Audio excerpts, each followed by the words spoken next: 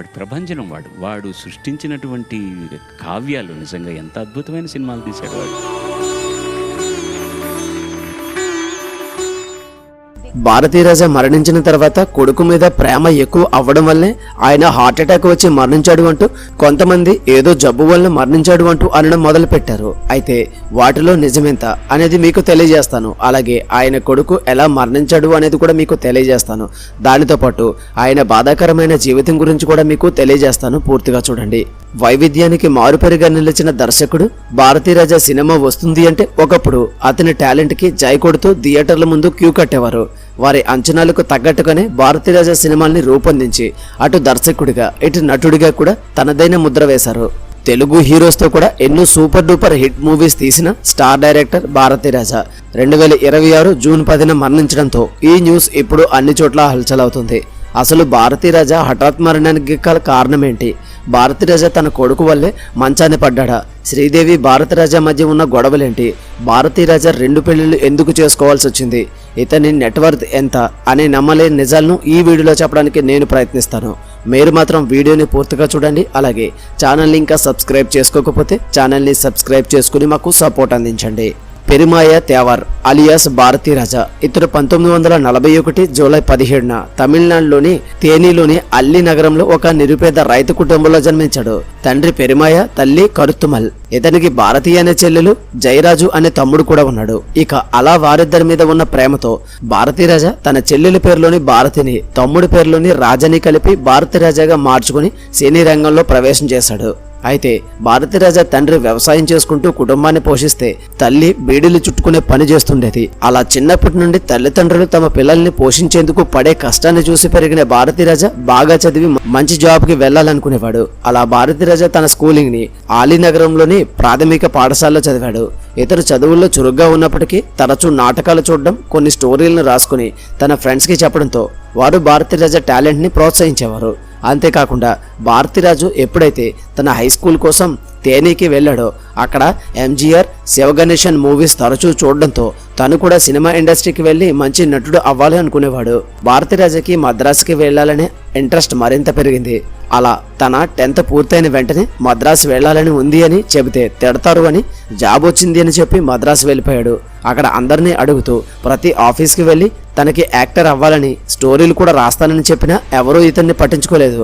అలా 1 నెల పాటు ప్రతి ఒక్క ఆఫీస్కి తిరిగి ప్రయోజనం లేకపోవడం, తెచ్చిన డబ్బులు కూడా అయిపోవడంతో బస్టాప్లో పడుకునే పరిస్థితి వచ్చింది. దీంతో సినిమాల్ని నమ్ముకుని ఉంటే ప్రయోజనం లేదని ఒక హోటల్లో సర్వర్గా పనిచేస్తూ మధ్య మధ్యలో నాటకాల్లో కూడా నటిస్తూ ఉండేవాడు.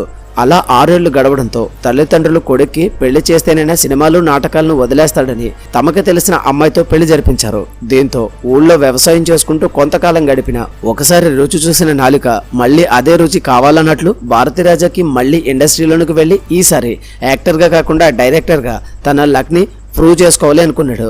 కానీ అందుకు అతని భార్య, ఆమె బంధువులు ఒప్పుకోకపోవడంతో భారతీరాజా అదంతా పట్టించుకోకుండా పెళ్ళై 3 ఏళ్లైనా పిల్లలు పుట్టకపోవడంతో తన భార్యకు విడాకులిచ్చి ఇంట్లో చెప్పకుండా చెన్నైకి వెళ్ళిపోయాడు.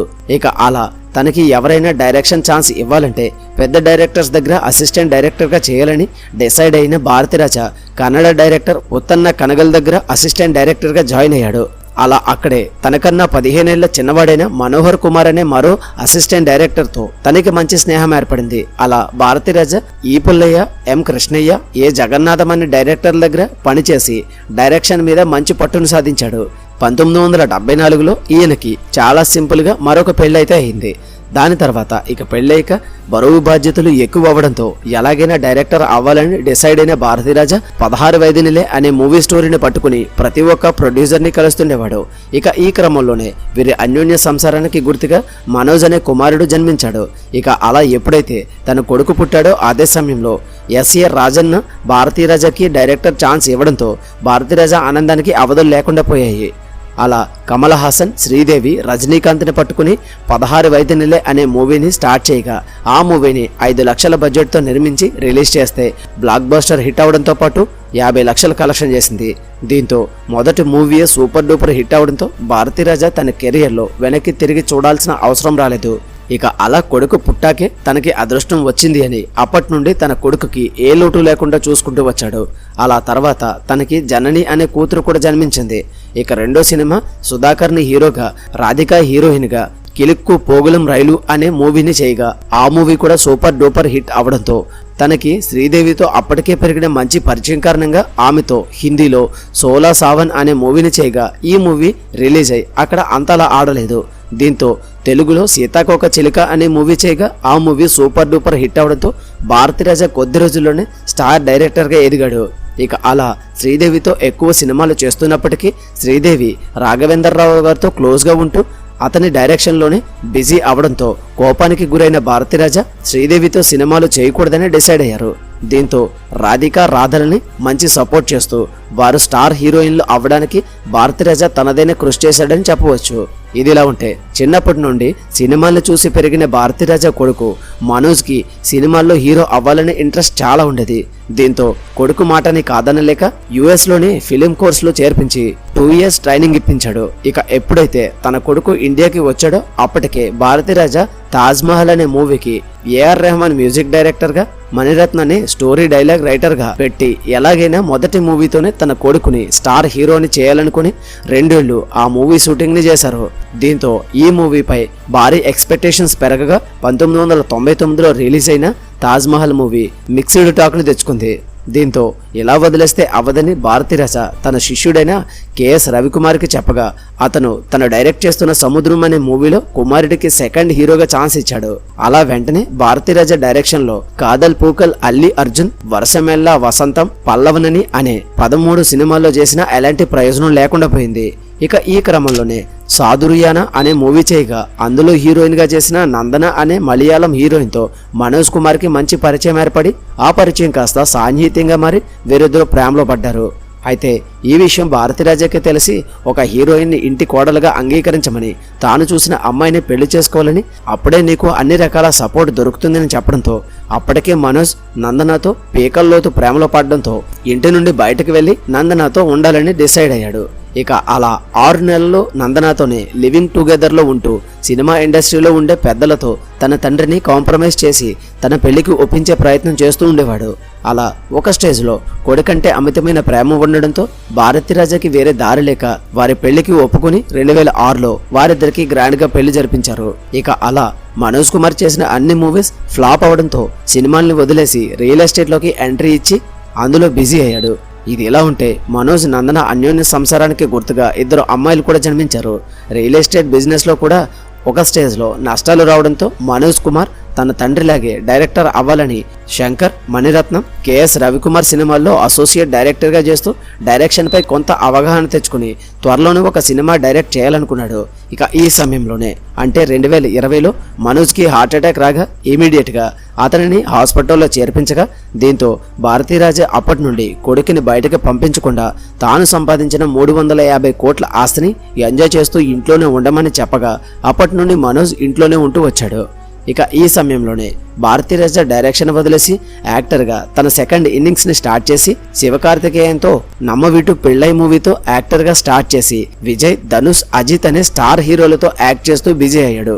ఇక అలా అన్ని బాగా సాగుతున్నప్పుడే మనోజ్కి ఉన్నట్టుండి చెస్ట్ పెయిన్ రావడంతో కుటుంబ సభ్యులు అతన్ని సిమ్స్ హాస్పిటల్లో చేర్పించగా డాక్టర్లు ఇమీడియట్గా తనకి హార్ట్ సర్జరీ చేసి 1 వీక్ తర్వాత డిశ్చార్జ్ చేశారు.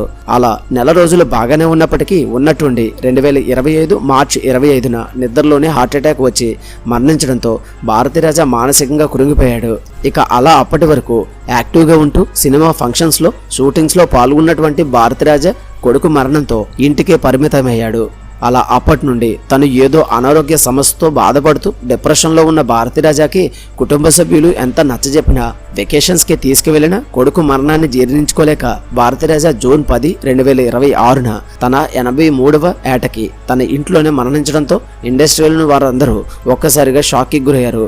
అలా రాధ, రాధిక, విజయ్, సూర్య, అజిత్, ధనుష్, రజనీకాంత్, కమల్ హాసన్ లాంటి ప్రముఖులందరూ నేరుగా భారతీరాజా పార్థివ శరీరాన్ని చూసి నివాళులు అర్పించారు. ఇప్పటి వరకు భారతీరాజా 43 సినిమాల్ని డైరెక్ట్ చేసి 20 సినిమాల్లో నటించారు. ఇతని డైరెక్షన్కి గాను 6 national awards, 4 Filmfare awards, 6 Tamil Nadu state awards, 1 Nandi అవార్డుతో పాటు కేంద్ర ప్రభుత్వం తనకి పద్మశ్రీ ఇచ్చి సత్కరించింది. ఏదేమైనా భారతీరాజా గారి ఆత్మకి శాంతి చేకూరాలని ఆ దేవుణ్ణి ప్రార్థిద్దాం. ఈ లోకంలో ఏదీ శాశ్వతం కాదు. ఈ రోజు ఉన్నారు అనుకునేవారు రేపటి రోజు ఉంటున్నారో లేదో కూడా తెలియడం లేదు. కనుక ఉన్నప్పుడే అందరితో మంచిగా నవ్వుతూ గడిపేద్దాం. ఈ వీడియోకి ఇంతే. ఈ వీడియో కనుక మీకు నచ్చినట్లయితే తప్పకుండా లైక్ చేయండి. అలాగే ఇలాంటి మరిన్ని మంచి వీడియోస్ కోసం మన ఛానల్ని సబ్స్క్రైబ్ చేసుకుని పక్కన ఉన్న బెల్ ఐకాన్ ఆల్లో పెట్టుకోండి. మళ్ళీ మరొక మంచి వీడియోతో కలుద్దాం. Until then thank you, bye.